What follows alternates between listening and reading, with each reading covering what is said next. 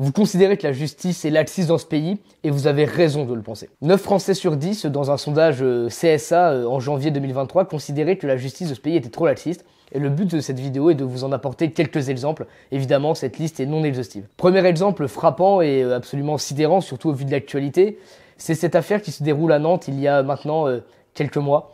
Cette affaire, et je l'ai sous les yeux, c'est un adolescent qui, au volant d'une voiture volée, va percuter et traîner un policier sur plus de 20 mètres. Et cet adolescent ne prendra que 35 heures de travaux d'intérêt général pour avoir traîné un policier sur plus de 20 mètres.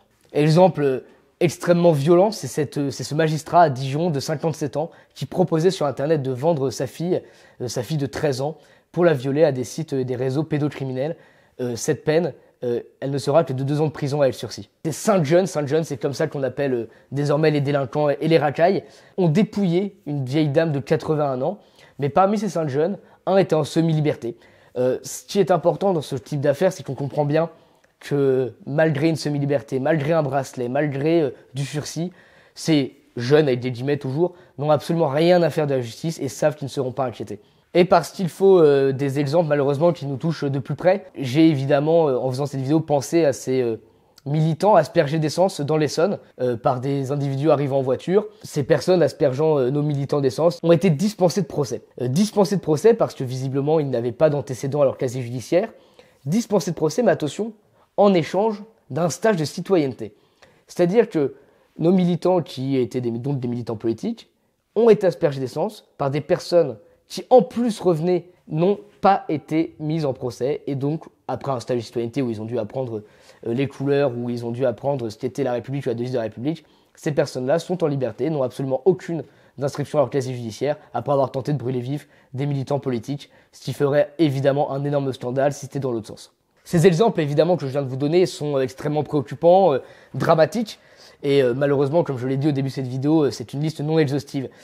Malheureusement, des situations judiciaires comme celle-ci, il y en a des dizaines et des dizaines. Celles que je viens de vous donner sont extrêmement récentes en plus. Mais il ne faut pas pour autant être fataliste. Des solutions existent, des solutions ont été amenées et proposées par Éric Zemmour pendant la campagne. Et je vous en donne ici quelques-unes en vrac.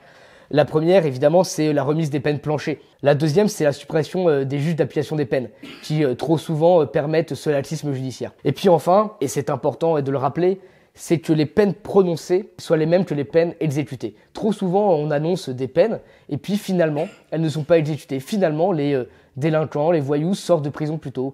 Trop souvent, en réalité, ils ne feront ou ne rentreront jamais en prison. C'est pour ça qu'il faut absolument qu'il y ait une cohérence entre la peine prononcée et la peine exécutée. Toutes les autres mesures, je vous invite à les regarder, elles sont sur le site internet de Reconquête, elles sont dans le programme d'Éric Zemmour, je les mets dans le lien de cette vidéo. En attendant, je vous remercie d'avoir écouté cette vidéo, je vous invite à la partager, trop de Français ne sont pas au courant de tous ces faits extrêmement graves, et donc je vous invite à partager cette vidéo, à nous suivre, et je vous dis à très bientôt pour d'autres vidéos. Merci à tous.